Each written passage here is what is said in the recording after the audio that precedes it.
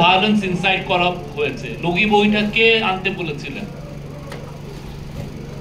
যে না, আমি রাস্তা দখলের যে রাজনীতি, এটা এই যে আপনি তখনকার যে রিপোর্টগুলো দেখেন, ওই পরের দিন 29 অক্টোবর 2006 রিপোর্টগুলো দেখেন। এটা নিয়ে কি সিরিয়াসলি আমরা কোনো রিপোর্ট করেছি কার রোল ছিল এই ভায়োলেন্সে? তো গণমাধ্যমের ভূমিকা সত্যিকার অর্থে গত 16 বছরে আমি বলবো যে কিছু কিছু ক্ষেত্রে অনেক হিরোইক রোল প্লে করেছেন। অনেক সাংবাদিক নির্যাতিত হয়েছেন, তারা ডিফাই করেছেন এই ফ্যাসিবাদী রিজিমকে।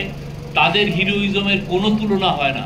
তারা তাদের ফ্যামিলিকে বিপদে ফেলেছেন, তারা তার কমিউনিটিকে বিপদে ফেলেছেন, কিন্তু তারা সত্য বলতে পিছু পা হন নাই। আমি সেই সমস্ত সাংবাদিকদেরকে স্যালুট জানাই।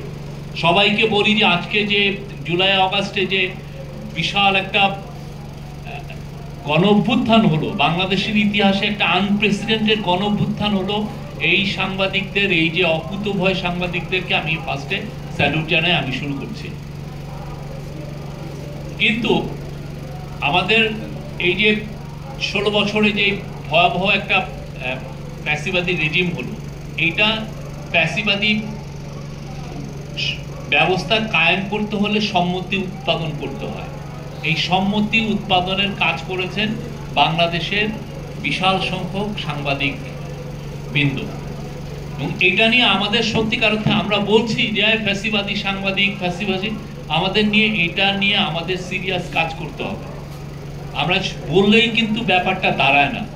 আমাদের সবাই, আমি সবাইকে বলবো যারা সাংবাদিক আছেন, গত 16 বছরে কার কি রোল ছিল সেটা নিয়ে গবেষণা করেন।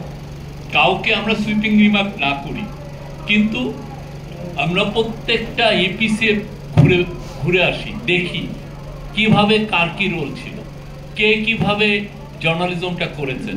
এটার ক্ষেত্রে আপনি এখনই যদি বলেন উনি ফ্যাসিবাদী, এ ফ্যাসিবাদী, তার চেয়ে বরং আমরা সবাই মিলে রিসার্চ করি, জানি যে কিভাবে ওনারা এই ভয়াবহ যে একটা আওয়ামী লীগ রেজিম, এই যে শেখ হাসিনার রেজিম, যারা বাচ্চা বাচ্চা ছেলে মেয়েদেরকে খুন করতে দ্বিধাবোধ করে নাই, তাদেরকে সম্মতি উৎপাদন কারা করেছিলেন, কিভাবে করেছিলেন।